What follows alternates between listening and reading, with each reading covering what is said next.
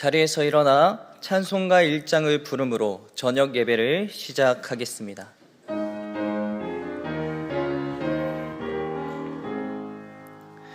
만복의 근원 하나님, 온 백성 찬송 드리고 저 천사여 찬송하세.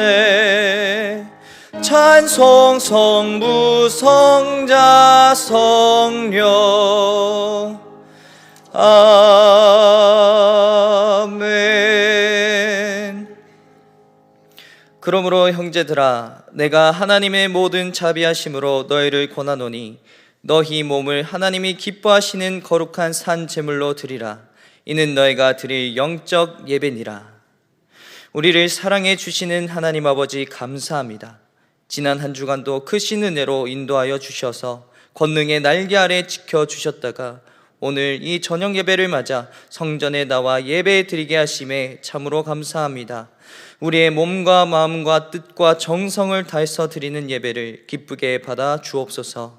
오늘도 성령님의 인도하심을 따라 신령한 노래를 찬미를 올리게 하시고 이 예배 속에서 하나님의 음성을 듣는 시간이 되게 하여 주옵소서. 예수님의 이름으로 기도합니다. 아멘. 자리에 앉으셔서 찬송가 405장 부르겠습니다. 찬송가 405장입니다.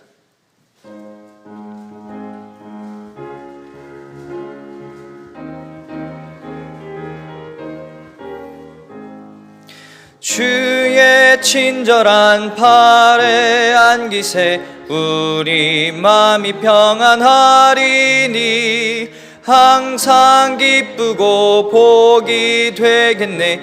영원하신 팔에 안기세. 주의 팔에 그 크신 팔에 안기세. 주의 팔에 영원하신 팔에 안기세. 날이 갈수록 주의 사랑이 두루 광명하게 비치고 천성 가는 길 편히 가리니 영원하신 팔에 안기세. 주의 팔에 그 크신 팔에 안기세. 주의 팔에 영원하신 팔에 안기세. 주의 보좌로 나아갈 때에 기뻐 찬미 소리 외치고 겁과 두려움 없어지리니 영원하신 팔에 안기세. 주의 팔에 그 크신 팔에 안기세. 주의 팔에 영원하신 팔에 안기세. 오늘 주신 말씀을 기억하시면서 기도하겠습니다. 외로움의 진정한 해결책이 무엇인지 알게 해 주소서. 하나님을 떠난 인간은 외로울 수밖에 없다는 사실을 알게 되었습니다. 외로움을 이기기 위해 사람을 찾는 것이 아닌 하나님을 찾고 하나님을 만날 때에 이 외로움이 해결되오니 우리 모두가 하나님을 더욱 찾게 하소서. 함께 기도하겠습니다. 정말 사랑이 많으신 주님, 우리는 살아가다 보면 여러 외로움들을 느낍니다. 하지만 그 외로움을 하나님이 아닌 다른 사람들로 채우려 하며 다른 것들로 채우려 했음을 고백합니다. 이런 우리를 용서하여 주시고 우리가 외롭고 두려울 때에 그럴 때마다 다른 어떤 것을 찾는 것이 아닌 오직 하나님을 찾고 하나님만 의지하게 하여 주시옵소서. 그럴 때 우리의 외로움이 다 떠나가고 참 하나님의 평안이 넘침을 믿습니다. 하나님, 우리가 오직 하나님을 향해 기도하고 하나님을 더욱 찾을 수 있는 귀한 은혜를 우리에게 내려 주시옵소서. 함께 하심을 믿습니다. 이제 우리 교회를 위해서 기도하겠습니다. 이 시간을 통하여 수서의 모든 가정이 예배를 회복하게 하여 주소서. 그리고 오늘부터 시작한 10년차 부부 세미나를 통하여서 서로 가정이 화합하고 사랑이 넘칠 수 있도록 도와주소서. 또한 곧 있을 남성 소그룹 단합대회를 통하여서 모두가 연합하고 기쁨과 행복이 가득하게 하소서. 그리고 곧 있을 믿음 동산을 통하여서 믿음이 더욱 성장하고 기쁨을 누릴 수 있는 귀한 시간 되게 하여 주시옵소서. 모든 수서교회의 사역을 위해서 기도하겠습니다. 정말 사랑이 많으신 주님, 이 귀한 수서 땅에 우리 교회를 세워주시어 하나님 나라와 하나님의 뜻을 위하여 쓰임받게 하심에 참으로 감사합니다. 주님, 이 시간을 통하여서 우리가 가정예배를 회복하길 원합니다. 우리가 바빠서 아버지, 우리가 힘들어서 예배를 드리기가 아버지 너무나 어려웠습니다. 이 시간을 통하여 가정예배에 대한 중요성을 깨닫고 비전을 발견하며 서로 사랑이 넘치는 가정이 되어질 수 있도록, 예배가 더욱 회복되어질 수 있는 가정 될 수 있도록 도와주소서. 또한 아버지, 10년차 부부 세미나를 통하여서 그 10년차 부부들이 서로 더욱 사랑하고 연합되어서 서로 기쁨이 넘치고 화목한 가정이 되게 하여 주옵소서. 또한 아버지, 남성 소그룹 단합대회를 통하여서 모두가 연합되어지고 남성 교인들이 서로 기쁨과 행복이 넘쳐서 평화를 누릴 수 있는 귀한 시간 되게 하여 주시옵소서. 또한 믿음 동산을 통하여서 믿음이 더욱 성장할 수 있는 교회의 장으로 삼아주시어 많은 사람들이 참여하여 믿음을 확정할 수 있는 귀한 시간 되게 하여 주옵소서. 우리 마지막으로 담임 목사님을 위해서 기도하겠습니다. 우리 사랑하는 담임 목사님, 늘 교회와 성도들을 위하여 눈물로 기도하시며 힘쓰시는 목사님, 정말 지치지 않을 수 있도록 힘과 능력 더하여 주시옵소서. 또한 우리 목사님을 통하여 하나님 나라의 확장을 위해 끊임없이 그 사역을 감당하실 때에 주님, 그 영육간의 강건함을 허락하여 주시옵소서. 우리 담임 목사님을 위하여 기도하겠습니다. 주님, 우리 사랑하는 목사님, 우리 수소교회에 주님께서 세워주시오 그 귀한 일들을 감당케 하심에 감사합니다. 늘 교회와 성도를 위하여서 늘 눈물로 기도하시며 보이지 않는 곳, 보이는 곳에서 늘 불철주야 노력하시는 우리 담임 목사님, 지치지 않을 수 있도록 힘과 능력 더하여 주시옵소서. 또한 하나님 나라를 위하여 끊임없이 일을 하고 있사오니, 그 사역을 감당하고 있사오니 주님께서 온전히 붙잡아 주시어 그 사역 가운데에 귀한 열매가 맺어질 수 있도록 주님 도와주시옵소서. 이 모든 말씀 예수님의 이름으로 기도합니다. 아멘. 오늘 가정예배 세미나에 귀한 강의를 전해주실 분은 바로 백은실 사모님이십니다. 사모님께서는 얼마 전 개척하신 말씀 심는 교회의 사모님으로 계십니다. 저서로는 아무리 바빠도 가정예배와 같은 이런 여러 가정예배 책들을 적으셨고요. 또한 여러 강연 장소에서 가정예배를 일으키기 위해 힘쓰시고 계십니다. 그리고 극동방송에서나 그리고 CBS에서도 방송으로 가정예배와 다음 세대를 세우기 위해서 끊임없이 노력하고 계십니다. 오늘 이곳에 계신 모든 성도님들께서는 이 세미나 시간을 통해서 모든 가정 가운데에 예배의 회복과 은혜가 넘치길 소망합니다. 우리 백은실 사모님 모실 때에 큰 박수로 환영해 주시길 바랍니다.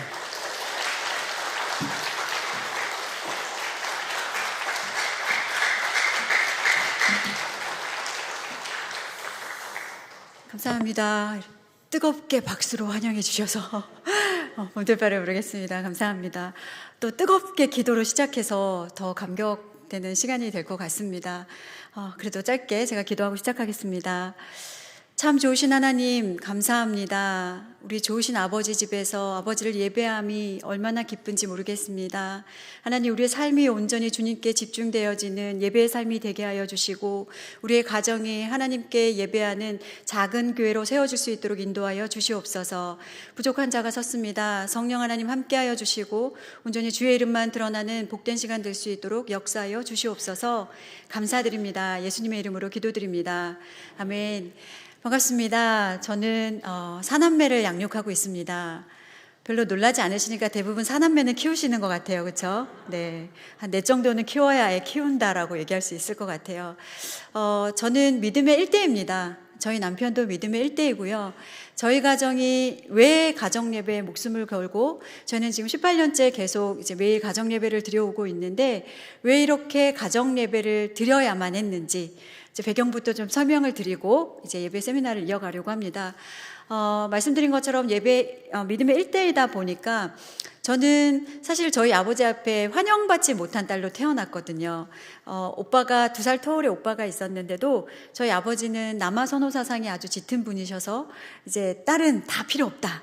그래서 무수한 차별을 받고 컸습니다. 근데 설상가상으로 저희 아버지는 약주를 너무 좋아하셨고 술만 드시면 가족들을 이제 언어적인 폭력을 늘 행사하시는 분이셨고 또 저는 중학교 1학년 때부터 이제 신앙생활을 본격적으로 시작했는데 수련회를 가거나 교회 행사를 가려면 저의 머리카락과 사지 육신을 담보로 내놓고 나갔어야 했어요. 왜냐하면 저희 아버지가 늘 교회 간 걸 알게 됐을 때는 이놈의 가시나 머리를 다 잘라버린다. 다리를 몽둥이를 부러뜨려 버린다. 늘 그렇게 협박을 하셨거든요. 근데 우리 하나님께서는 제 머리카락 한 알도 상하지 않도록 지켜 보호해 주셨고 저는 간덩이가 점점 커지면서 더 믿음이 자랄 수밖에 없었습니다. 저희 남편은 저보다 조금 더 업그레이드된 가정이었어요. 아버님이 알코올 중독자셨고요. 술만 드시면 어머니가 기절하실 때까지 폭력을 행사하시는 분이셨대요. 그래서 저희 남편의 어릴 때 기억은 부부싸움 후에 늘 쓰러져 있는 어머니가 죽었는지 살았는지 흔들어보고 숨소리를 들어보는 그런 안타까운 어린 시절의 기억이 있습니다. 근데 저희 아버님께서는 저희 남편도 사남매로 컸고 막내로 컸는데 아버지가 이제 가장 사춘기가 제일 이제 심해질 17살에 아버님은 가난을 물려주시고 돌아가셨다고 합니다. 이렇게 믿음의 일대와 믿음의 일대가 만났어요. 얼마나 믿음에 대한 가정의 소망이 컸겠습니까? 지금 이제 제가 가정의 달이어서 정말 분초를 다퉈가면서 전국에 강의를 가지고 있는데 사실 5월은 저에게 가장 가슴 아픈 달이거든요. 왜냐하면 교회 안에서 신앙생활 할 때마다 가정의 달이어서 가족 찬양대회, 가정의 달이어서 가족 모임, 가정의 달이어서 가족 부부 사진 콘테스트 이런 것들 많이 하잖아요. 근데 나는 교회 안에서 믿는 사람이 나밖에 없고 그 외로운 싸움들을 늘 혼자 하는 거예요. 그래서 가정의 달 되면 항상 맨 구석에 앉아서 눈물 흘리면서 우리 가족은 언제 이렇게 나와서 예배드려 보나.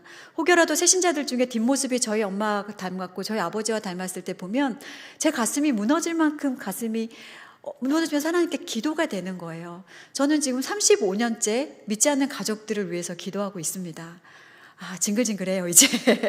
하나님 들어주실 만도 한데. 근데 이제 많이 연글었어요. 많이 익었고 곧 돌아오실 것 같아요. 제가 너무나 든든한 것은 저에게 사남매를 주셨고 이 아이들에게 믿음의 대를 이어서 함께 신앙의 공동체로 함께 기도할 동력자가 생겼다는 거.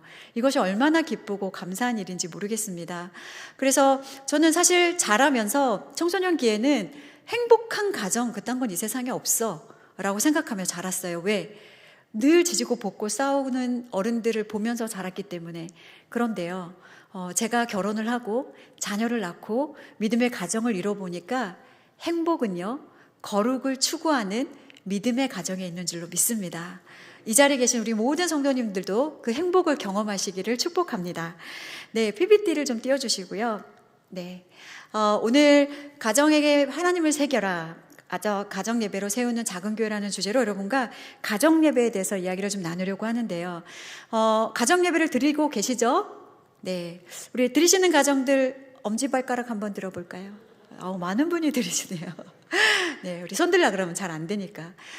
우리가 가정 예배의 중요성도 알고 가정 예배의 필요성도 너무나 잘 알지만 사실 어떻게 드려야 될지 모르겠고 또 우리가 그런 경험들이 없기 때문에 가정 예배 글쎄 이렇게 중요성을 깨닫게 되나라는 생각을 하실 때가 있으실 거예요. 그러나 우리가 코로나를 겪어오면서 얼마나 가정의 신앙 교육과 가정 예배가 중요한지를 다시금 생각할 수 있는 시대가 되었습니다.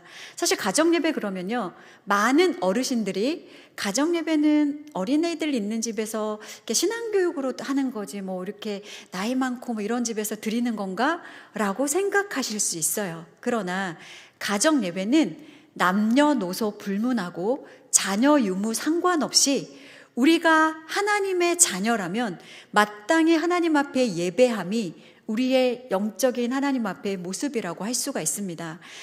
웨스터민스터 소요리 문답 제1문에 보면은요, 사람의 제일 되는 목적이 무엇입니까? 라고 물습니다. 여러분, 사람의 제일 되는 목적은요, 하나님을 영화롭게 하고 그분을 영원토록 즐거워하는 거예요. 여러분, 각 사람을 예배자로 부르신 이유는요, 하나님을 영화롭게 하고 그분을 영원토록 즐거워하래요. 그러면 우리가 가족 공동체로, 혈연의 공동체로 모였고 좀 더 나아가서 언약의 공동체로 모였습니다. 그럼 이 가족이 모여서 무엇을 해야 되느냐? 맛집을 갈까요? 아니면 모여서 TV를 볼까요? 아니면 모여서 뭘 할까요? 고스톱을 칠까요?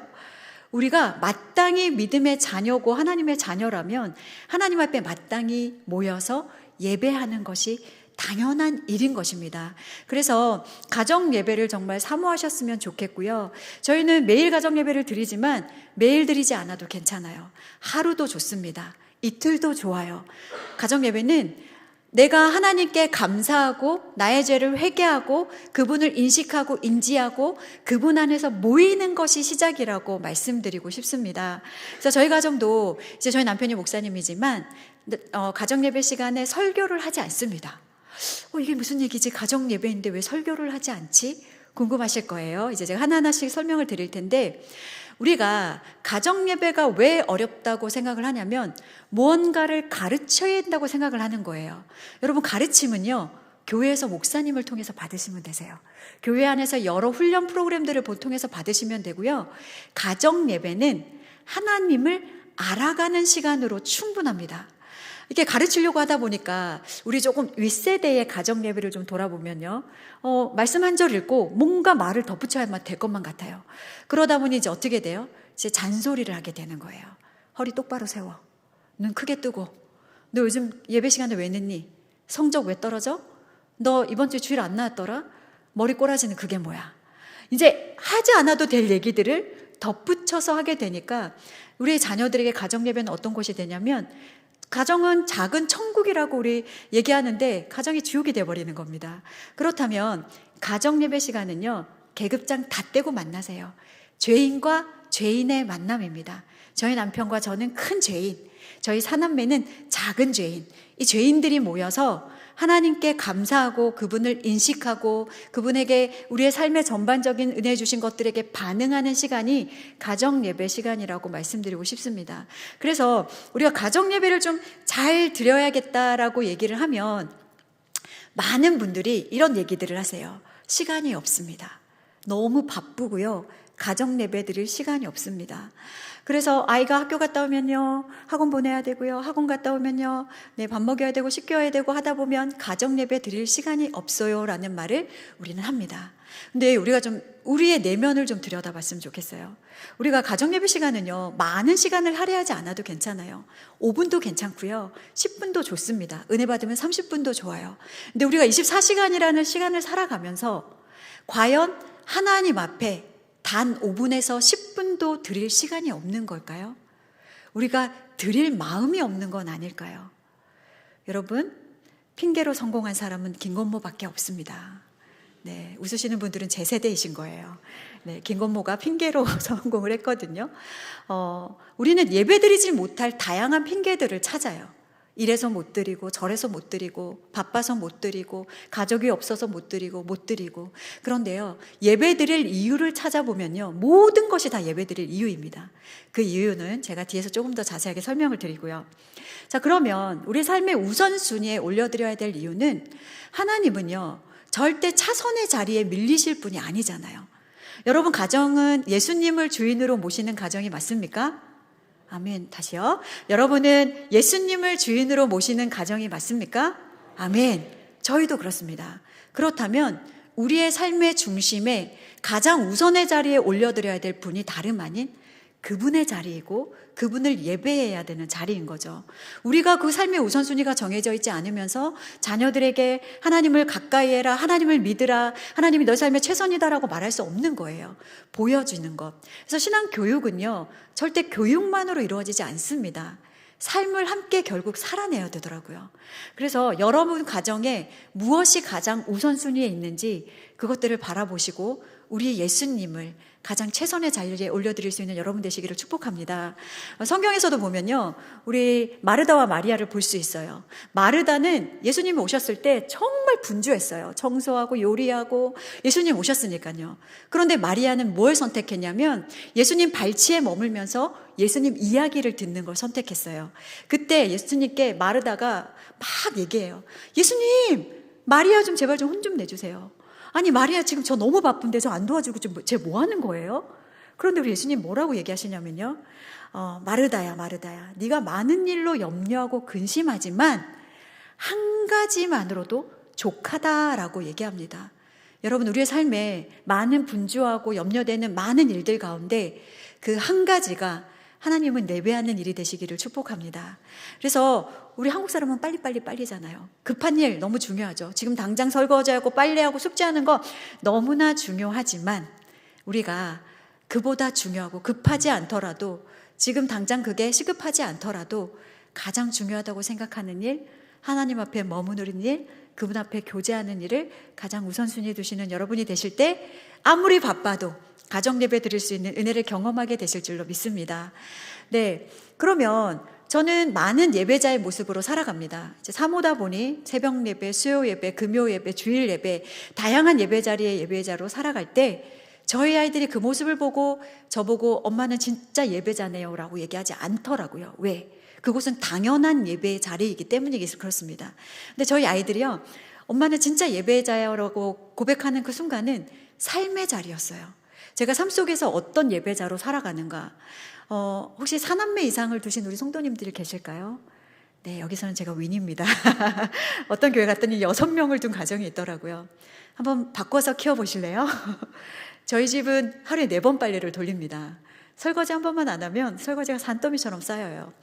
일상의 모든 것들이 정말 힘듭니다. 그런데 그 순간에 제가 한 번도 입 밖으로 내뱉진 않았지만 내가 왜 넷을 낳아서 이 고생을 하고 있을까라고 한다면 저희 아이들은 분명히 그렇게 생각할 거예요. 엄마는 항상 우리가 여호와의 기업이라 그랬고 하늘의 상급이라고 얘기했으면서 왜 우리를 낳고 고생한다고 얘기하면서 다른 삶을 살고 있지? 라고 얘기할 것 같아요. 근데 저희 아이들이 제가 예배자로 인정해주는 삶의 포인트는, 제가 한 번은 정말 힘들어서 진짜 설거지 하다가 막 울었거든요. 너무 어깨도 아프고요. 막 이제 막 짜증도 나고요. 몸이 아픈데 막 살림을 하려니까 너무 힘든 거예요. 그래서 막 이제 울면서 설거지를 하고 있었는데 저희 아이들이 뒤에서 보더니 엄마 또 왜 뭐 때문에 은혜 받으셨어요? 뭐 때문에 은혜 받으셔서 우세요? 이렇게 물어보는 거예요. 그 순간 제가 힘들어서 운다는 얘기를 못 하겠는 거예요. 늘 설거지할 때도 말씀 들으면서 찬양 들으면서, 왜? 나의 이 힘들고 어려운 환경을 은혜로 이겨내 보려고 하는 정말 나름대로의 몸부림이거든요. 근데 그렇게 하다 보니까 저희 아이들은 제가 청소를 해서 울 때도, 힘들어서 울 때도 아, 엄마가 뭔가 또 은혜 받았구나 이렇게 오해할 때가 있습니다. 그러면서 아이들에게 저는 스스로 얘기합니다. 엄마는 밥하고 설거지하는 예배자, 허드렛일하는 예배자. 왜? 그 삶의 자리가 예배자의 자리가 되지 않으면 다른 예배자의 자리들이 아이들에게는 예배의 모습으로 나아갈 수가 없더라고요. 여러분, 우리가 교회 안에서만 예배자가 되시지 말고 가정 안에서도 참된 예배자로 살아가시는 은혜가 있기를 축복합니다. 그래서 제가 제안드리고 싶은 것이 있어요. 그것이 뭐냐면 하루살이 예배자예요. 저는 이제 개척한 지 5개월 되었습니다. 이제 예전에 기도와 그게 크게 달라진 건 없어요. 그런데 기도가 좀 간절해지더라고요. 그래서 이제 얼마 전에 제가 쌀이 이렇게 쌀통에 쌀이 정말 똑 떨어졌어요. 근데 그때 저희가 쌀을 못 살 형편은 아니었거든요. 근데 제가 이제 기도를 했어요. 하나님, 이제 저희 개척도 했고 이제 하나님 쌀 좀 채워주셔야 됩니다. 이러면서 이제 기도를 하면서 쌀을 이렇게 쌀통을 잡고 기도를 했는데 우리 하나님은 아주 어메이징한 하나님이십니다. 저희 가정에 쌀을 얼마나 채워주셨냐면요, 200kg를 채워주시는 거예요. 그래서 제가 누구에게 말도 하지 않았고요. 제 SNS에 올리지도 않았는데 저희 집에 오시는 분들이 쌀을 들고 오고요. 저 지방에 계신 한 장로님이 사모님 제가 쌀을 좀 보내드리고 싶습니다. 그래서 한 200kg가 채워졌어요. 그리고 그걸 제가 또 이제 다른 개척교회 이렇게 나누면서, 근데 오늘 이제 저희 교회에 새 성도님이 오셨는데 그 성도님이 쌀을 10kg짜리를 가지고 오신 거예요. 그래서 그걸 딱 저희 아이들이 보더니 저에게 와서 조용한 목소리로 오늘 이렇게 얘기하는 거예요. 엄마, 돈을 구하셨어야죠. 쌀을 구하니까 쌀만 계속 들어오지 않냐고. 그래서 제가 기도 제목을 좀 바꾸려고 합니다. 삶의 자리에서 제가 매일 아침마다 일용할 양식과 함께 구하는 것이 있어요. 그게 뭐냐면 일용할 사랑, 일용할 용서, 일용할 은혜, 일용할 절제, 일용할 인내. 하나님, 저 오늘 하루치만 주세요. 저 많은 걸 바라지 않습니다. 오늘 하루만 잘 살아낼게요. 왜? 우리에게는 내일이 오지 않을 수도 있어요. 저희 친정아버지가 오늘 저녁에 저희 아이들이랑 영상통화하시고 지방에 계시는데요. 할아버지 안녕, 잘 자요. 내일 만나요. 내일 전화할게요. 그랬는데 그 다음날 새벽에 소천 소식이 들려왔어요. 갑자기 심근경색으로 돌아가셨다는 거예요. 저희가 얼마나 놀랐는지 몰라요. 우리의 삶에 내일이 오지 않을 수도 있어요. 그러면 우리가 하나님 앞에 하나님, 우리의 일생을 드리면서 내가 하나님 앞에 영광된 삶을 살겠습니다라고 고백하기 이전에 하나님, 나의 일상을 주님께 드리겠습니다. 오늘 하루 하나님 앞에 온전한 예배자로 살아가겠습니다.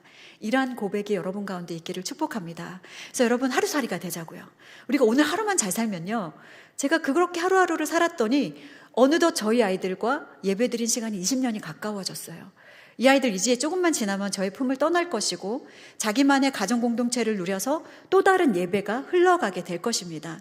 우리가 삶으로 예배할 때 우리의 가정도 예배하는 가정으로 성장하게 될 줄 믿습니다. 그러면 저희 가정이 이렇게 18년째 예배를 지속할 수 있었던 은혜, 이제 방법을 좀 여러분에게 말씀드리려고 하는데요. 저희는 6명의 예배 인도자가 있습니다. 6명의 예배자가 있어요. 처음에 저희 남편과 제가 부부 예배로 가정 예배를 시작했었는데 한 명씩 태어날 때마다 가정교회 예배 성도수가 늘어난 거예요. 근데 저희는 자녀주도 가정 예배를 드립니다. 이게 이제 어떻게 가능하냐면, 왜 어떻게 아이들을 예배 인도자로 세우는 것이 가능하냐면요. 제가 앞에서 말씀드렸던 것처럼 가정 예배 시간은 누군가 누구를 가르치는 시간이 아니에요. 그냥 죄인과 죄인이 만나서 하나님을 알아가는 시간이면 충분하기 때문에 같이 성경을 읽고요. 같이 말씀을 암송하고요. 이제는 교회에서 가정 예배 순서지들을 많이 나눠주지 않습니까? 같이 읽고 하나님이 어떤 분이신지를 알아가는 것만으로도 충분하다는 거예요. 가정 예배를 드리다가 저희 남편이 저희 아이들에게 물어봤어요. 얘들아, 출애굽기의 주인공은 누굴까? 딱 물었어요. 근데 이제 저희 아이들이 어릴 때 4명이 이구동성으로 얘기하더라고요. 모세! 자기들은 정답이라고 생각했어요. 근데 저희 남편이 땡 그러는 거예요. 아버지, 모세 맞아요. 아니야. 아론? 애들이 이제 흔들리기 시작했어요. 아론? 땡! 아니야. 십계명? 막 흔들렸어요. 근데 아버지가 뭐라고 답을 했냐면 출애굽기의 주인공은 하나님이야. 요한복음의 주인공도 하나님이야. 시편의 주인공도 하나님이야. 왜? 하나님은 성경을 통해서 당신이 어떤 분이신지를 드러내기 때문이거든요. 우리 아이들이 하나님이 어떤 분이신지만 알아도 하나님을 떠나지 않습니다. 그런데 우리가 가정 안에서 그분이 어떤 분이신지를 아이들이 경험하지 못해요. 왜? 육신의 연약한 부모의 완전하지 못한 모습을 통해서, 불완전한 부모를 통해서 하나님과 동일시하기 때문입니다. 그렇다면 우리의 가정에서 불완전한 부모를 딛고 완전하신 하나님을 바라볼 수 있도록 하는 것, 이것이 가정 예배의 핵심이거든요. 그래서 우리가 죄인인 것부터가 시작인 거예요. 너도 죄인? 나도 죄인. 우리에게 필요한 분은 누구야? 예수님 한 분이면 충분한 거예요. 그래서 저희 가정 예배에 좀 골격을 말씀드리면, 처음에 찬양으로 기쁘게 이제 찬양의 예배의 문을 엽니다. 아이들의 눈높이에 맞춰서 부르기도 하고요. 저희가 인도할 때, 엄마가 아빠가 인도할 때는 찬송가를 부르기도 합니다. 그리고 이제 기도 요청을 하는 기도 인도자가 예배 인도자의 권위를 인정하기 때문에 인도자가 이렇게 지목을 하면 무조건 저희는 순종하거든요. 근데 어제 가정 예배 인도자가 저희 첫째였어요.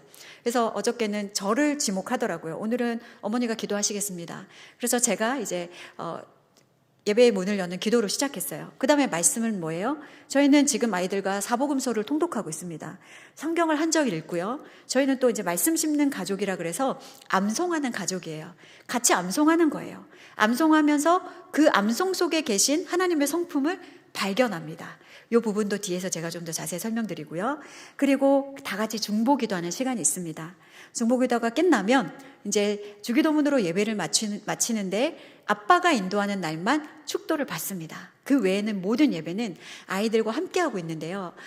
두 번째 사진을 보시면 저희 셋째 사랑이가 지금 이제 중학교 1학년인데요. 이 아이가 3살 무렵에 이제 처음 가정 예배를 인도했던 날입니다. 3살짜리도 가정 예배를 인도할 수 있어요. 왜? 가정 예배의 기본 구성 요소가 있습니다. 말, 기, 찬. 여러분 기억하세요? 말씀, 기도, 찬양. 예배의 기본 구성 요소예요. 이 3가지를 여러분이 하셨다면 1분이든 3분이든 5분이든 10분이든 예배 드리신 거예요. 그런데 저 영유아기 시기에는요, 아이들이 부모님의 모습을 보고 그대로 답습하는 시기입니다. 스폰지처럼 그대로 빨아들여요. 보고 그대로 표현해냅니다. 그리고 앵무새처럼 따라하는 시기가 이 영유아기 시기인데, 이때 부모님들이 우리 아이들에게 예배자의 모습을 잘 보여주시면요, 그 모습을 보고 그대로 답습해요. 저희 아이들이 그렇게 예배자가 되었는데, 저 아이가 드린 예배는 3분으로 끝난 예배였지만 아주 완벽한 예배였어요. 사진에 보이시면 그때 당시에 저희 담임 목사님 마이크가 요거처럼 이렇게 2개짜리 마이크였거든요. 아이들이 장난감 마이크 만들어 놓은 거 보이시나요? 일명 저기가 강대상입니다. 저 자리에 서서 저희가 인도할 때 어떻게 인도를 했냐면, 다 같이 예배 드리겠습니다. 창세기 하겠습니다. 창세기 1장 1절을 암송하는 아이였어요. 태초에 하나님이 천지를 창조하시니라 다 같이 선포했어요. 자, 이날은 우리가 어떤 하나님을 만났죠? 창조의 하나님을 만났어요. 자, 그리고 여기가 이제 찬양을 합니다. 다 같이 싹트네 하겠습니다. 짝트네 하는 거예요. 작은 싹트네, 중간 싹트네, 큰 싹트네까지. 그 다음에 이제 아이가 기도하겠습니다. 아빠 타요, 엄마 타요, 쪼오빠 타요, 내 타요, 기도하겠습니다. 이게 뭔 소린가 했어요. 근데 저희가 이제 중보기도 드릴 때마다 아빠 사역을 위해서 기도하겠습니다. 엄마 사역을 위해서 기도하겠습니다. 그걸 했더니 되게 좋아 보였던 거예요. 단어는 외우는 거죠. 그래서 조이 오빠 사역도 기도하고 오니 오빠 사역도 기도하고 자기 사역도 기도했어요. 끝났어요. 근데 저희는 너무 감격이 되는 거예요. 너무 사랑스러운 거예요. 어린아이들과 젖먹이들의 입으로 권능을 세우시며 이는 원수들과 보복자들을 잠잠하게 하려 하심이니이다. 그 말씀이 무엇인지 알겠는 거예요. 우리의 자녀를 예배자로 세우셨을 때 정말 하나님의 놀라운 은혜를 경험하실 수 있습니다. 그런데요, 저희는 아이들이 모방한다고 그랬잖아요. 저희는 이제 목회자 가정이다 보니까 아이들과 수요 예배도 드리고 주일 저녁 예배도 드리고 다양한 예배를 드리다 보니까 이 아이들이 교회에서 배운 예배를 그대로 가정으로 가지고 오는 거예요. 그러면서 아이들이 예배를 인도할 때마다 다양한 순서들을 만들어내기 시작했습니다. 이건 저희와 전혀 상관없이 아이가 예배를 인도할 때마다 저 오늘 특순 있습니다. 그래, 뭘로 특순할 건데? 저 오늘 기타 특순 있어요. 근데 기타도 못 쳐요. 입으로 징징거리면서 보고 배운 대로.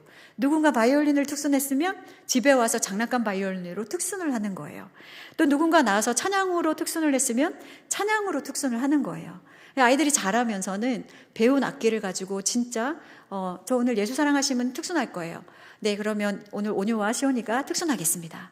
그러면 예배 가운데 특별 순서로 가정 예배 시간에 만들어가는 거예요. 저희는 가정 예배 성도 수가 한 명씩 늘어났고요. 처음에 시작했던 1인 성가대가 있었어요. 지휘자도 있었습니다. 그런데 이제 자매 성가대로 업그레이드 되더니 이제는 4남매 성가대도 있어요. 본인들이 예배 인도할 때 오늘은 저희 4남매 성가대가 하나님께 찬양하겠습니다. 그럼 4명 일어나서 성가대 하는 거예요. 또 저희 아이들은 가끔 오늘은 아버지 성가대 일어나시겠습니다 할 때가 있어요. 저희 남편이 막 당황해요. 오늘 아버지 성가대요? 성가대 하시겠습니다 하면 일어나는 거예요. 왜? 아이들을 기쁘게 하는 것이 아니라 하나님을 영화롭게 하고 그분을 영원토록 즐거워하는 우리가 하나님 앞에 예배자가 되기 위함입니다. 그리고 이제 이렇게 예배자로 성장한 저희 아이들이 지금 저희 이제 말씀 심는 교회가 군자동에 한 아트센터를 빌려서 예배를 드리고 있어요. 근데 이제 저희 센터의 모습을 보시고 어떤 분들은 고급 중국집 같다고도 하시고 또 어떤 분들은 예식장 같다고도 하시더라고요. 근데 저희가 이제 공간을 빌려서 예배를 드리고 있는데 저희 아이들이 가정 예배를 통해서 잘 성장한 저희 아이들이 이제는 교회 예배 가운데 다 같이 예배자로 서고 있습니다. 그래서 첫째가 이제 고3인데 드럼을 해요. 그리고 둘째가 고1인데 이제 베이스를 맡고 있습니다. 셋째는 뒤에서 열심히 PPT 넘기고 있어요. 넷째는 싱어하고 있고요. 저희 남편은 이제 찬양 인도도 하고 저는 반주자로 투입됐다가 안내했다가 교회 밥 지었다가 다양한 용도로 사용되고 있습니다. 그러면서 저희 아이들이 이런 얘기를 해요. 저희가 개척했을 무렵에 아버지 사실 저희 아니면 개척 못 하셨잖아요. 사실이거든요. 다 일당백으로 저희 가정에 정말 귀하게, 또 저희 교회의 일꾼들로 너무 하나님 귀하게 사용해주고 계십니다. 자녀들과 예배자로 서 나간다라는 거, 이것은 저희에게 너무나 큰 감격이거든요. 왜? 저희 남편은 중독과 폭력 가정에서 그렇게 자랐고, 저 또한 믿음의 일대 가정에서 쉽지 않은 과정을 겪어오면서 믿음의 가정에 대한 소망과 감사를 얼마나 소망하며 갈망했겠습니까?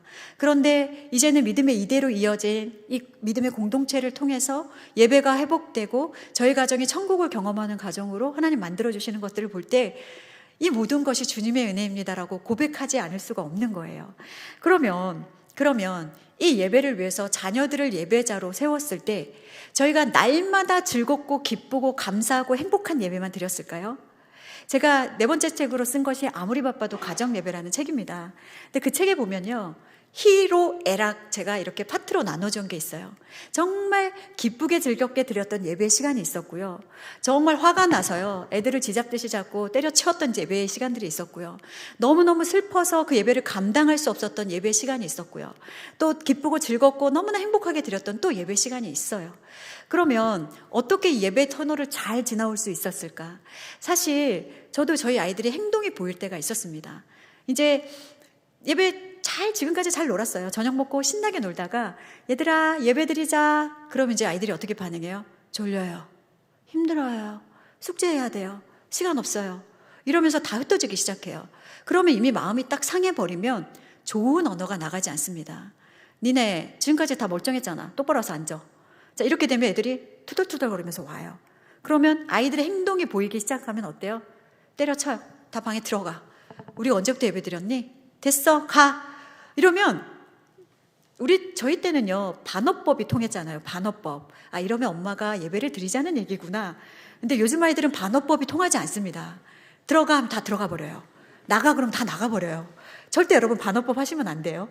그런데 저희 아들도 똑같은 거예요. 그렇게 예배를 못 드리고 나면 제 안에 있는 상실감과 또 연약함 앞에서 무너지고 낙심되고, 우리가 생각하는 예배에 어떤 기준이 있어요. 이만큼 끌어올려야지, 내게 만족되는 예배가 되지 않으면 이 예배는 실패했구나. 그런데요, 하나님은 그렇지 않으세요. 상한 갈대를 꺾지 않으시고 꺼져가는 등불을 끄지 않으시는 하나님이세요. 우리가 어떤 모습으로 나가든 그렇잖아요. 여러분의 자녀가 나를 기쁘게 해주기 위해서 모였는데 뭘 한들 안 예뻐 보입니까? 뭘 한들 예뻐 보여요. 우리 하나님도 똑같을 거예요. 그런데 우리가 생각한 그 기준에 못 미쳤다고 이제 그 예배를 포기하게 될 때가 너무나 많더라고요. 그런데 저희 남편도 그랬고 저도 그랬고요. 아이들에게 시선이 맞춰지고 아이들에게 초점이 맞춰지면 예배를 못 드리고 하나님이 보이지 않았어요. 아이들 때문에 하나님이 보이지 않았어요. 그 예배가 산으로 가는 거예요. 그래서 저희 남편과 제가 결단했습니다. 우리가 아이들의 모습이 보일 때 눈을 감아버리자. 그리고 우리가 하나님께 반응하자. 우리가 먼저 예배자가 되자. 그래서 저희 남편과 결의해서 저희가 먼저 예배가 되면 이 아이들이 우리의 예배 모습을 보고 가정 예배 안으로 들어올 것이다. 근데 그것이 맞더라고요. 우리가 반응하면서 혼내고 예배를 포기할 때는 이 아이들이 예배 안으로 들어오지 않았어요. 그러나 우리가 먼저 예배자가 되고 하나님을 바라볼 때 이 아이들이 예배자로 성장하는 것을 보게 되었습니다. 여러분, 여러 가지 예배 드리기 어렵다는 거 압니다. 우리 사춘기 자녀들 어때요? 네, 얘네들이 좀비인지 시체인지 잘 모르잖아요. 눈 희번뜩하게 뜨고 옆에 이렇게 앉아있는지 죽어있는지. 그러나 그 자리에 앉아있는 것마저도 기적입니다. 그렇게 아이들과 모여서 계속해서 사랑의 언어들을 나누어 주시고 천국을 경험할 수 있는 것들을 베풀어 주셨을 때 그 안으로 점점 들어와서 아이들이 예배자가 될 것입니다.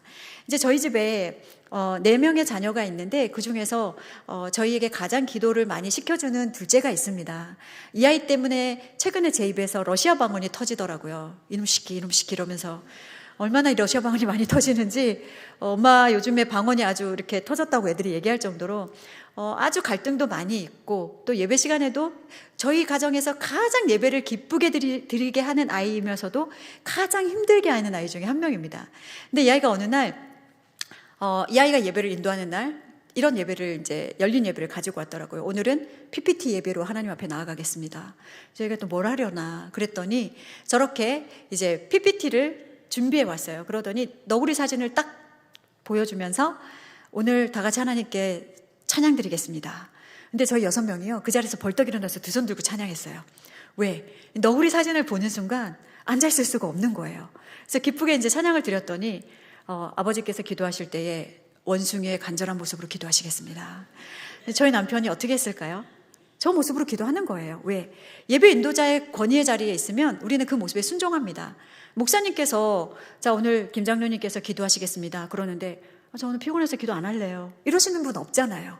저희도 가정예배만큼 가정예배 인도자에 서렸다면 아이들의 의견도 다 존중을 합니다. 그래서 민망하지만 저희 남편이 저렇게 원숭이의 모습으로 간절하게 기도를 하셨어요.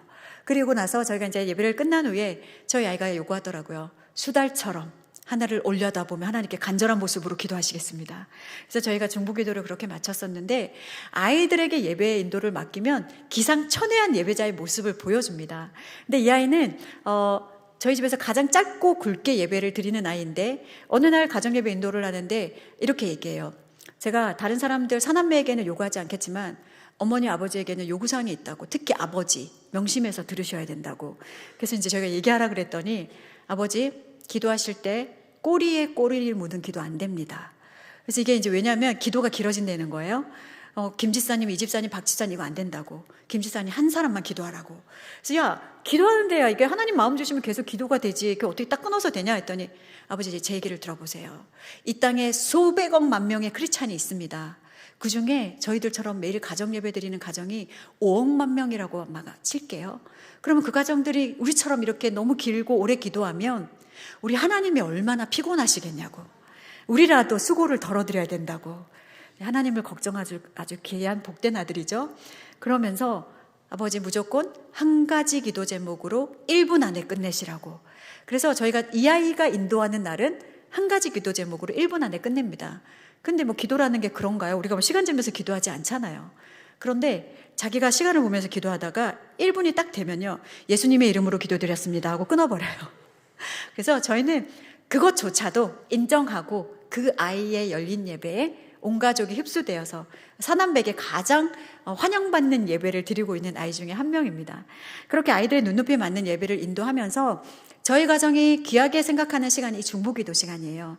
아이들이 어릴 때부터 지구본을 열심히 돌렸어요. 왜? 민족과 열방을, 나라와 민족을 위해서 기도하기 위해서 지구본을 이렇게 뱅글뱅글 돌아가거든요.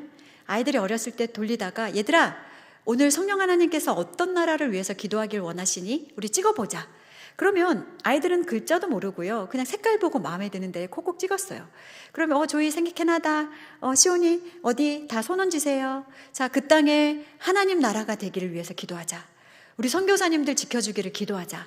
그리고 이 온 열방과 민족이 하나님의 통치 아래 있기를 기도하자.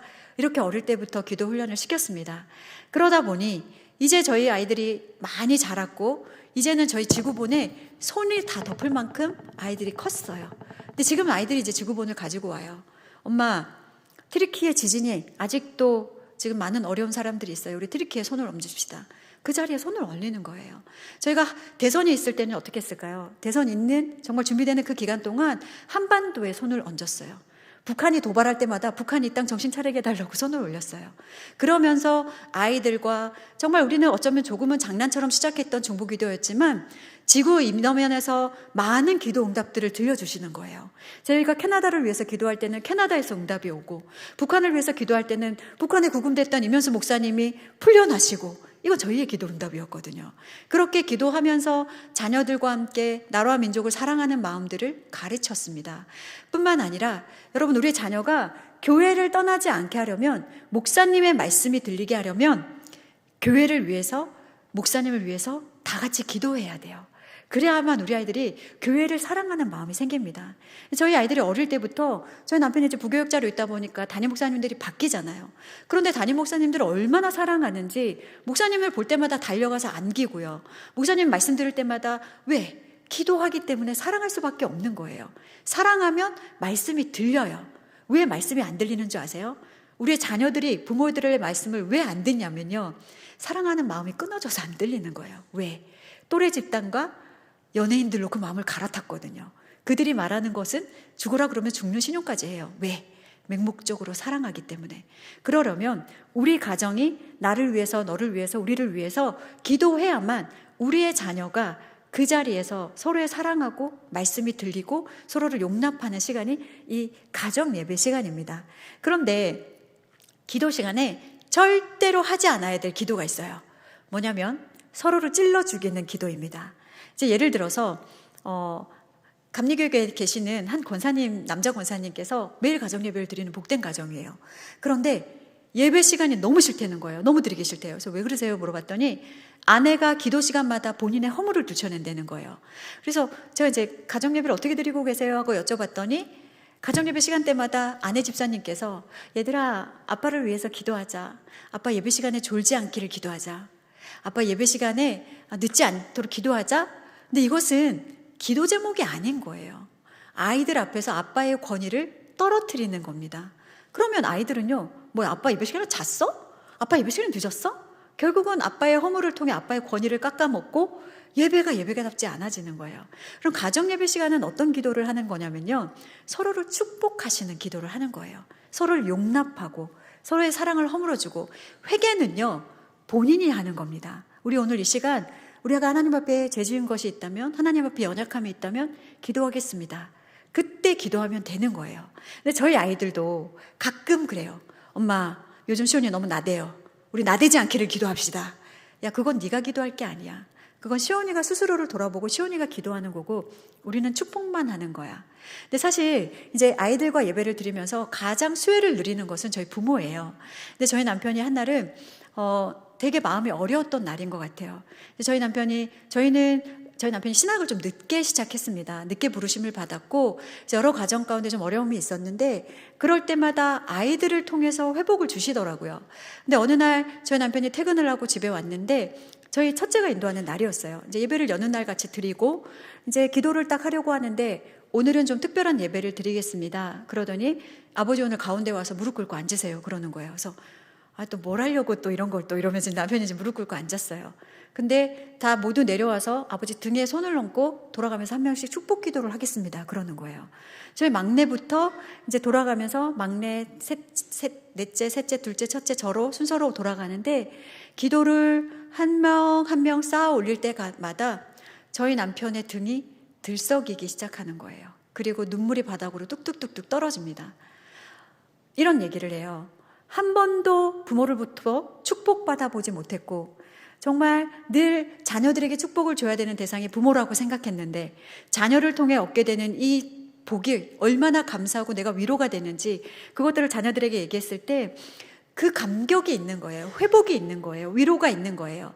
이것은 비단 아버지들에게만 해당되는 것은 아닐 겁니다. 제가 어느 한 교회에서 아버지들을 위로해드려야 됩니다 이러고 이제 예배를 끝냈는데, 저한테 막 DM을 메시지를 보내오시는 거예요. 왜 아버지들만 위로하냐고. 여러분, 어머니도 위로하셔도 됩니다.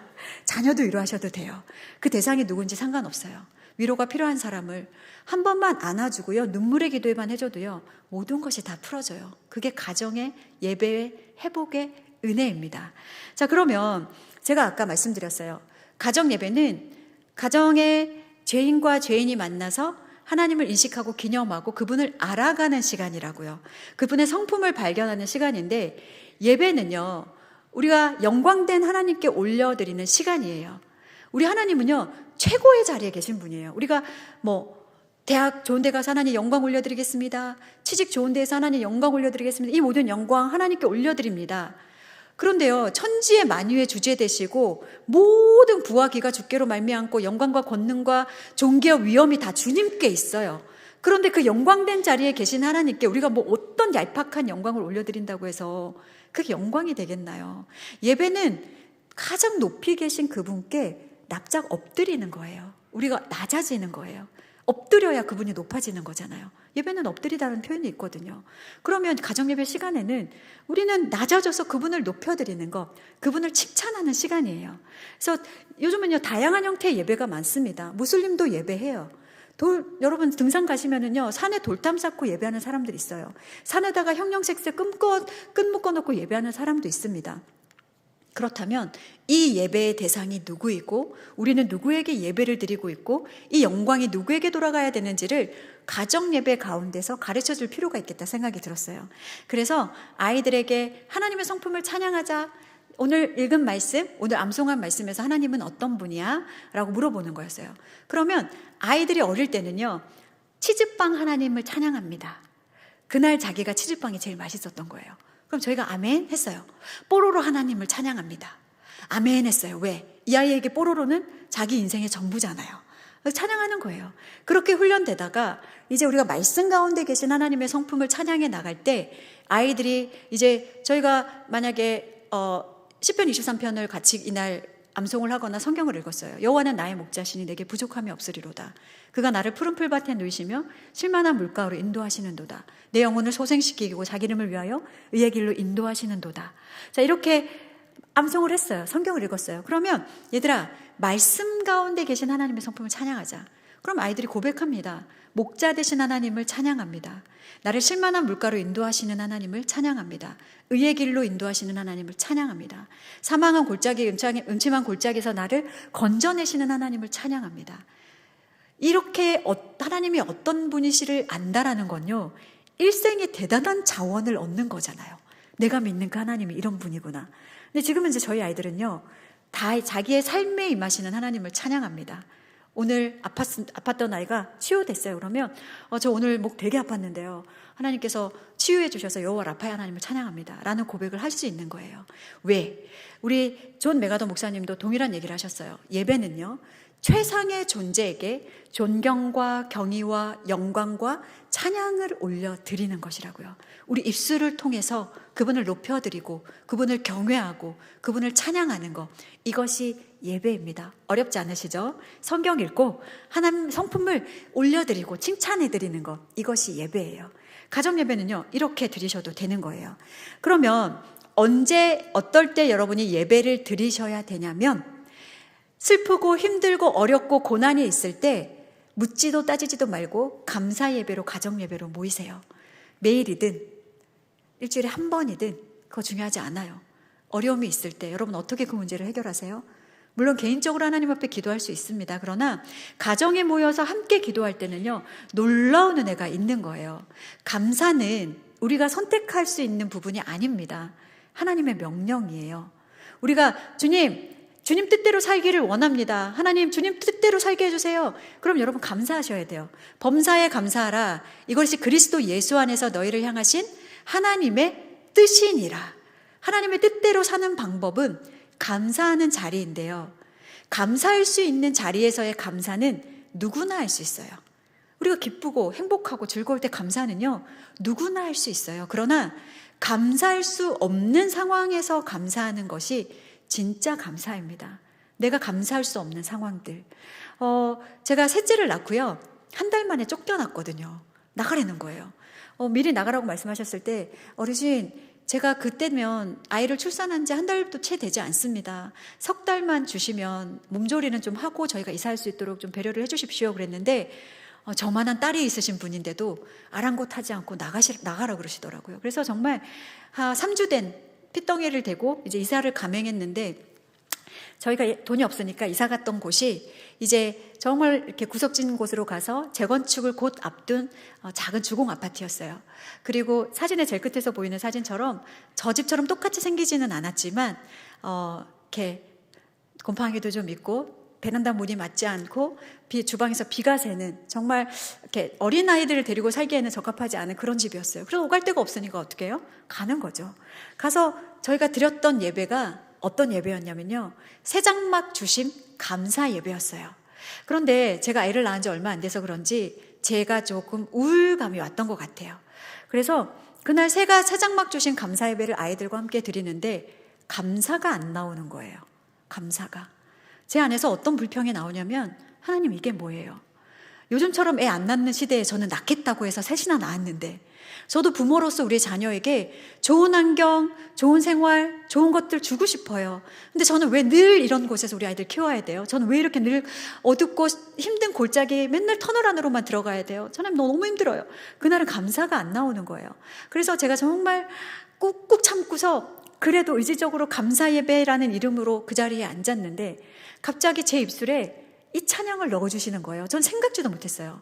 거친 산이 높은 들이 조막이나 궁궐이나 내 주 예수 모신 곳이 그 어디나 하늘나라. 여러분, 내 주 예수 모신 곳이 그 어디나 하늘나라이십니까? 아멘. 저도 늘 그렇게 고백했거든요. 근데 상황이 그렇지 않으니까 제 마음이 변질되는 거예요. 그런데 하나님이 이 찬양을 넣어주시면서 그런 마음이 들더라고요. 내 주 예수 모신 곳이 그 어디나 하늘나라. 내가 이 자녀들과 어디서든 예배할 수 있는 이것이 얼마나 나에게 큰 은혜인데 내가 이것을 또 잊어버렸구나. 그래서 정말 눈물로, 그때는 감사의 눈물로 제가 그 찬양을 부르고 있는데, 그때 당시 저희 첫째가 7살이었어요. 근데 와서 제 어깨를 이렇게 감싸주면서 엄마, 기도하면 되잖아요. 울지 마요. 우리 지금까지 기도했잖아요. 울지 마요. 이렇게 얘기하는데, 사실 그때 저는 이 아이의 음성이 하나님의 음성으로 들렸어요. 은실아, 기도했잖아. 기도하면 되잖아. 네가 나 하나로 된다고 했잖아. 그 마음이 너무 전해져서 정말 감사가 넘치는 예배를 드릴 수가 있었습니다. 그 눈물의 고백을 보셨는지, 그 감사를 보셨는지, 우리 하나님은 저희 가정을 이렇게 건져내셔서 장기전세 아파트로 건져내 주셨어요. 3명 낳고 나니까 이렇게 점수가 확 올라가더라고요. 이간증을 하려고 그랬던 건 아니지만, 하나님은 이 자리에 계신 우리 성도님 한 분 한 분이 어떤 고난의 터널을 지나가고 계신지 전 알 수 없어요. 그러나 그것이 고난의 초입부든 중반부든 빛이 보이는 끝이든 그 어디나 내 주 예수 모신 곳이 하늘나라인 줄 믿습니다. 예배로 모이시기를 축복합니다. 그랬을 때 회복과 또 하나님의 놀라운 은혜로 채워주실 것입니다. 저희 남편이 사실 2년 전에 천국을 갈 뻔했습니다. 갑자기 이제 심장에 큰 두 줄기에 관상동맥이라는 것이 있는데요. 한쪽이 완전히 막혀 있었어요. 그 상태로 주치의 선생님이 그러셨습니다. 천국에 있었어도 무관하다고, 이제 좋은 일 많이 하셨나 보다라고 얘기해 주셨는데, 그렇게 하나님 발견하게 하시고 급하게 또 정말 진행이 빨리 치유할 수 있도록 인도해 주셔서 저희 남편이 이제 이렇게 살아나게 되었던 이제 일이 있었는데, 그때도 저희가 이제 아이들과 떨어져 있었는데 너무 감사했던 것은요, 코로나 기간이라 저희는 남편과 병원에서 저와 둘이서 병상 예배로 예배를 드리고, 저희 아이들은 다 예배자가 되었잖아요. 3살 때부터 예배 인도를 했으니까 4명이 돌아가면서 가정에서 예배를 드리는 거예요. 그렇게 예배를 드리다 보니까 떨어져 있지만, 저희는 몸은 떨어져 있지만 주님 안에서 한 가족이 되어서 예배 드리고 있는 거예요. 너무 감격이 됐습니다. 그래서 서로 예배 드리고 나면 서로 전화해요. 예배 드렸니? 우리 너희를 위해서 기도했어. 엄마 아빠 예배 드리셨어요? 저희는 아빠 위해서 기도했어요. 아빠 괜찮으세요? 이렇게 떨어져서 예배 드릴 때 우리가 함께 모여서 예배 드렸던 이 시간들이 얼마나 주님의 은혜였는지를 알게 되더라고요. 여러분, 묻지도 따지지도 말고 무조건 감사 예배로 가정 예배 드리시기를 축복합니다. 두 번째는요, 기쁜 일이 있을 때, 즐거운 일이 있을 때, 행복한 일이 있을 때, 이때 우리 감사하기 쉽잖아요. 이때는 무조건 감사 예배로 드리세요. 그런데 우리가 즐거운 일이 있을 때 믿음과 신앙의 유업들을 자녀에게 흘려보내려면 반드시 기승전 예배로 끝나야 합니다. 여러분, 생일을 어떻게 보내세요? 생일날 생일 케이크 불고 선물 주고 맛집 가고 다 하세요. 우리 하나님 주신 거니까 누리세요. 근데 이것으로만 끝났다 그러면 믿음과 신앙의 유산이 우리 자녀들에게 흘러가지 않습니다. 왜? 나의 나된 것은 오로지 주의 은혜라. 우리의 공로로 되어진 것이 아무것도 없습니다. 생일을 맞았나요? 야, 네가 지금 고3까지 이거 살 수 있었던 게 이거 다 주님의 은혜 아니니? 예배 드려야죠. 하나님께 감사드려야죠. 그리고 말씀으로 축복해야죠. 서로에게 덕담하면서 내가 이 가정 안에서 인정받고 존중받고 사랑받고 있다는 것을 예배를 통해서 우리 자녀들이 누릴 수 있어야 되는 거예요. 근데 저희 남편은 시편 23편이 인생의 말씀입니다. 왜? 가장 어렵고 힘들 때 그 말씀 붙들고 끝까지 살아낼 수 있었대요. 그래서 저희 남편이, 저희 아이들이 이제 4명 태어났을 때 사실 첫째, 둘째, 셋째까지는 저희 남편이 집사였거든요. 그런데 아이가 태어날 때마다 이제 그 탯줄 자르잖아요. 탯줄 자르고 나서 이제 아버님 뭐 덕담 한마디 하세요. 산부인과에서 그래요. 근데 이제 대부분 아버님들이 짧게 뭐 환영해, 축복해 뭐 이런 걸로 끝나는데 저희 남편은 막 피가 이렇게 묻어있는 아이 머리에 손을 얹고 믿음의 제사장의 가장으로서 시편 23편을 암송해 줬습니다. 여호와는 조이의 목자시니 조이가 부족함이 없으리로다. 조이가 푸른 풀밭에 누이시며 쉴만한 물가로 인도하시는도다. 막 하다 보면요. 1절에서 2절 넘어갈 때 간호사들이 얘기해요. 아버님 그만하실게요. 아버님 아기 들어갈게요. 이제 막 그러거든요. 그런데 저희 남편은 끝까지 쫓아가서 6절까지 다 말씀으로 4명에게 다 축복을 했어요. 왜? 본인의 인생의 말씀으로 아이들에게 축복해주고 싶어서. 그런데 이제 본인도 생일날 가장 받고 싶은 게 뭐예요? 물어보면 시편 23편을 저희가 축복해 주는 거였어요. 그래서 남편 생일에 저희 사남매와 함께 손을 뻗어서 남편에게 시편 23편으로 축복을 하면요. 저희 남편 매해마다 울어요. 매해마다. 내가 이 무슨 복이냐. 내가 무슨 은혜냐. 근데 저희 아이들에게도 동일합니다. 그래서 생일이든 입학이든 무엇이든 따지지도 말고 여러분 그때는 가정 예배로 모이셨으면 좋겠어요. 이제 7월이면 8월이면 여러분 휴가 가시잖아요. 휴가 가셔서 예배 드리세요. 왜? 바다, 산, 하늘 이 모든 거 우리에게 쉼과 충전을 주신 이 모든 거 누가 만드셨어요? 하나님이 만드셨어요. 저희는 아이들과 휴가지에 가면 거기 서서 말씀을 선포합니다. 저희가 2년 전에 군산에 새만금을 보러 갔는데 너무 멋있는 거예요. 얘들아 시편 8편으로 하나님 찬양하자. 여호와 우리 주여 주의 이름이 온 땅 위에 어찌 그리 아름다운지요 주의 영광이 하늘을 덮었나이다. 아이들과 선포하면서 그날 저녁에 돌아와서 하나님 이 좋은 곳에서 우리가 가정 예배 드립니다. 아버지 우리에게 이런 좋은 환경 만들어주셔서 감사하고 창조주의 하나님을 찬양합니다. 그렇게 짧게 예배 드리셔도 괜찮아요. 가정 예배는 뭐라고요? 하나님을 인식하고 그분을 인지하고 나에게 주신 것들에 감사하는 시간.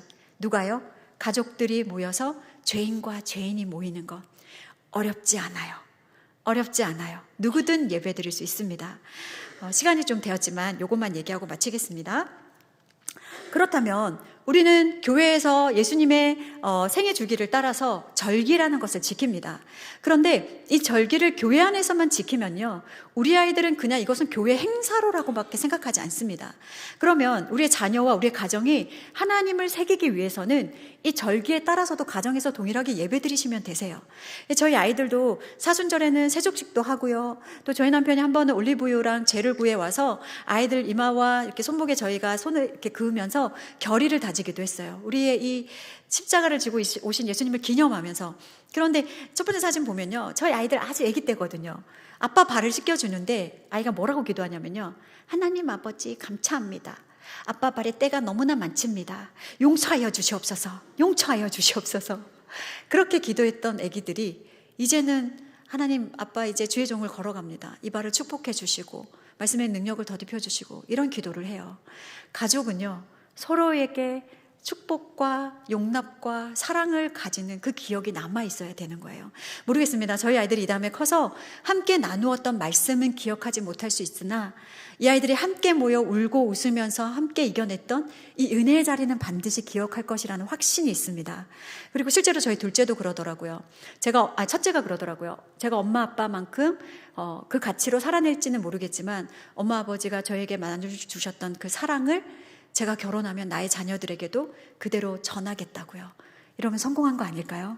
네. 그래서 여러분 가정예배 꼭 들으셨으면 좋겠고요. 지금까지는 여러분께서 저의 가정예배 이야기를 들으셨어요. 저희 가정에. 그러면 이제는 여러분 가정의 이야기를 써내려 가셔야 돼요. 왜? 가정마다 상황과 형편이 다릅니다. 믿음의 성숙도도 달라요. 아마 이 자리에 계신 우리 성도님 중에서는 나는 나 혼자 집에서 신앙생활합니다. 우리의 자녀가 아직 믿음이 성숙하지 못합니다. 그래서 자녀 가정예배 드리는 것이 쉽지 않습니다라고 마음을 가지고 계신 분들도 계실 거예요. 그런데 저와 같이 가정예배 세미나를 듣고 훈련을 받으셨던 한 은퇴 장로님이 계세요.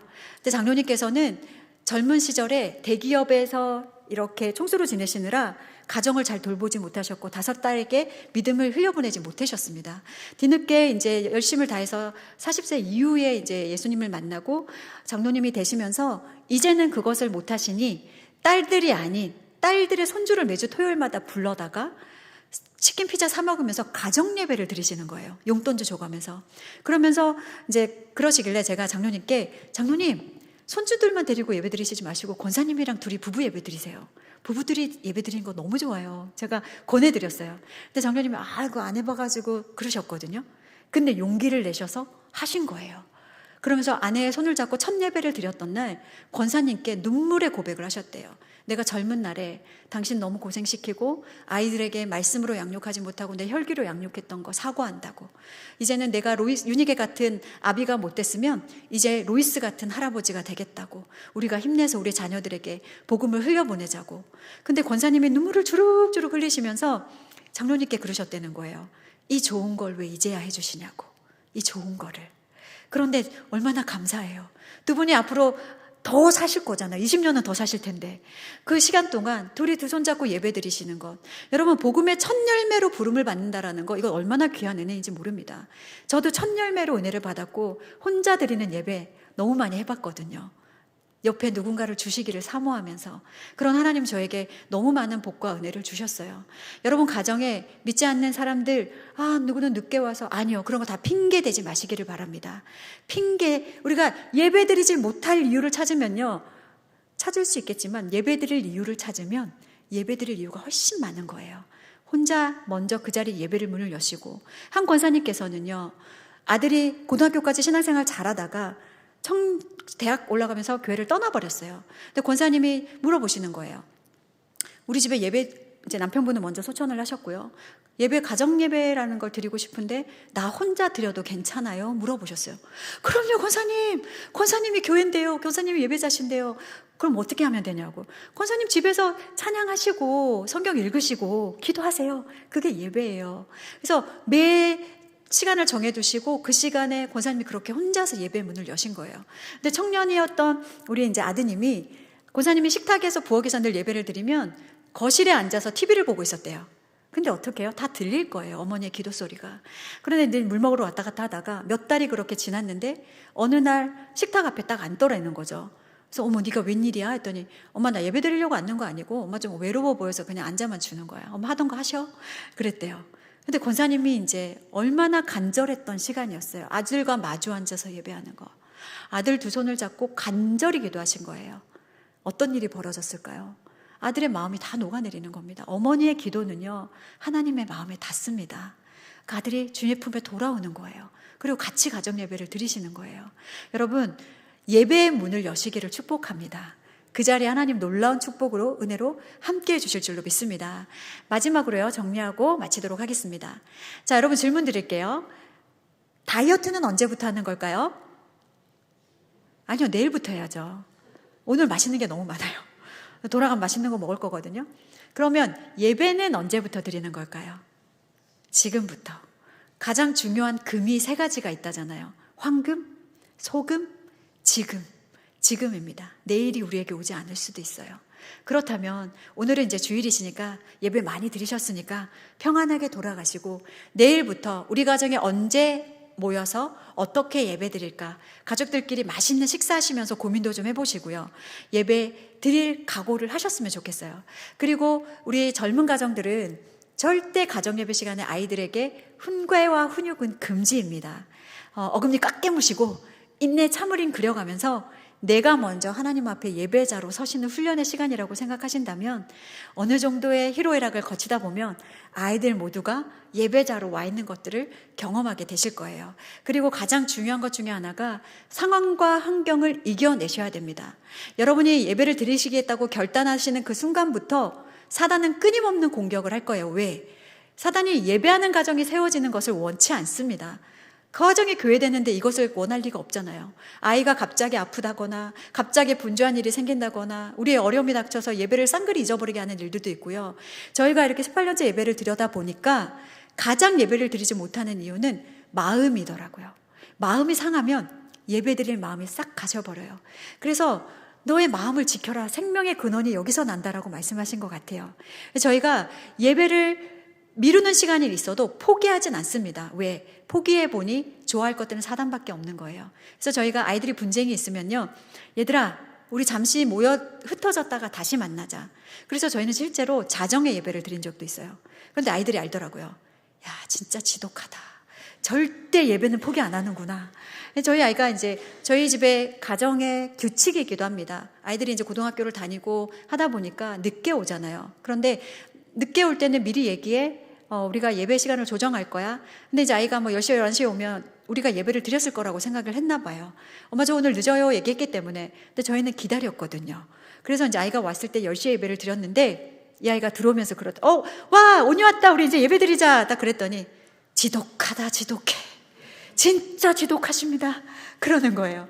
그래도 어떻게 해요? 같이 예배 드리는 거죠. 부모님께서 우리 부부 그 믿음의 자리의 가치를 지켜나가신다면, 그 손을 놓지 않는다면 우리 아이들도 떠나지 않습니다. 포기하지 마시고 예배의 자리를 지켜나가시는 여러분 되시기를 축복합니다. 가정 예배는 천국을 경험하는 시간입니다. 여러분이 그 시간들을 누리셨으면 좋겠어요.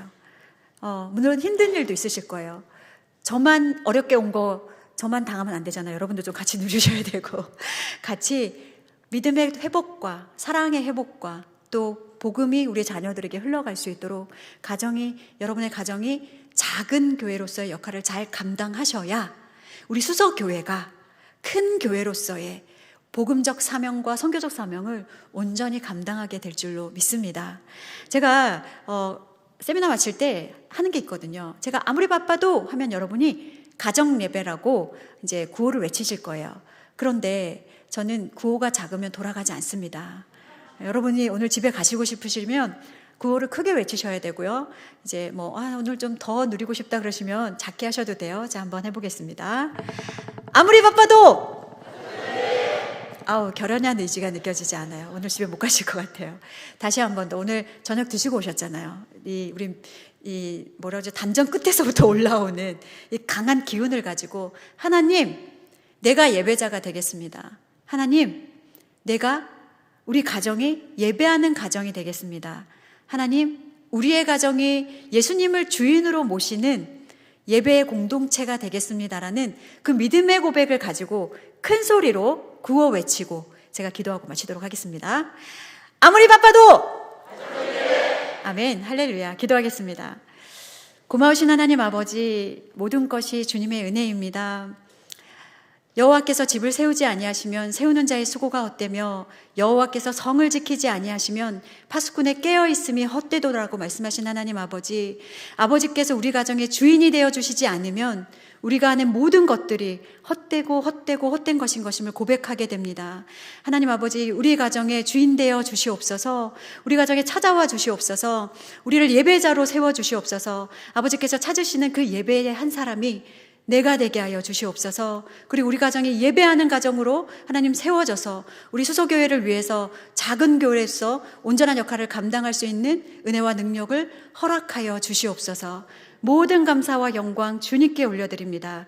지금도 살아 역사하시는 예수님의 이름으로 기도드립니다. 아멘. 우리 하나님께 영광의 박수를 올려드리겠습니다.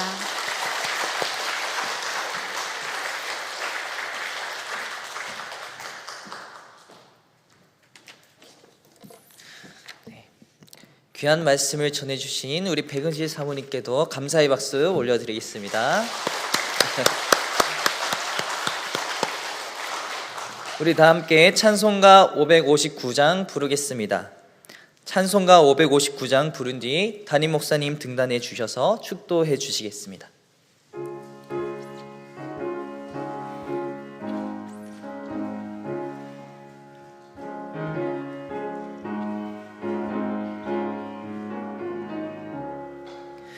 사철의 봄바람 불어있고 하나님 아버지 모셨으니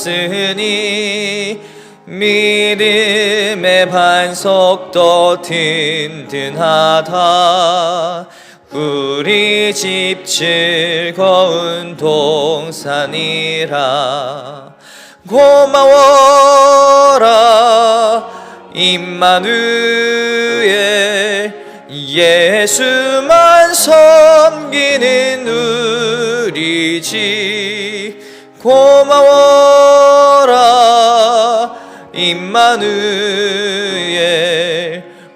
복되고 즐거운 하루하루 어버이 우리를 보이시고 동인의 사랑에 뭉쳐있고 기쁨과 설움도 같이 하니 한간의 초가도 천국이라.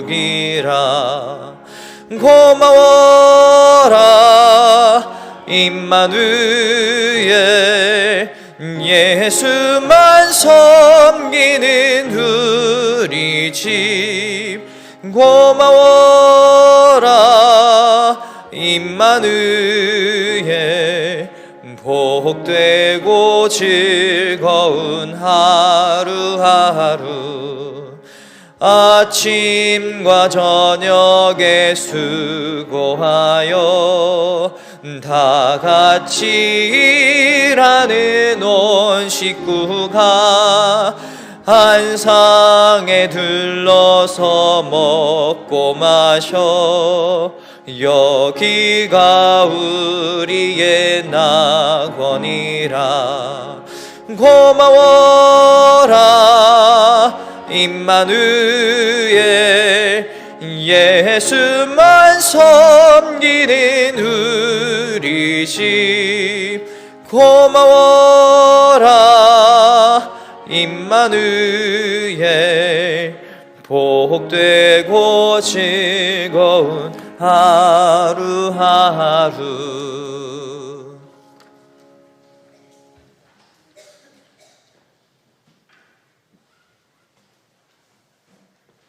기도하겠습니다.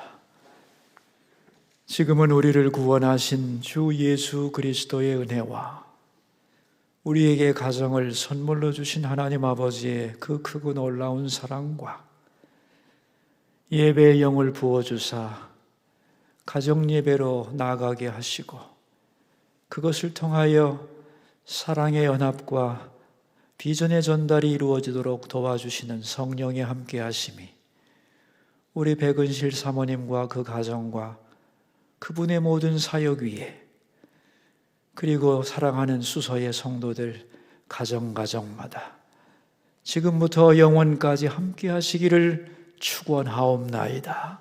아멘.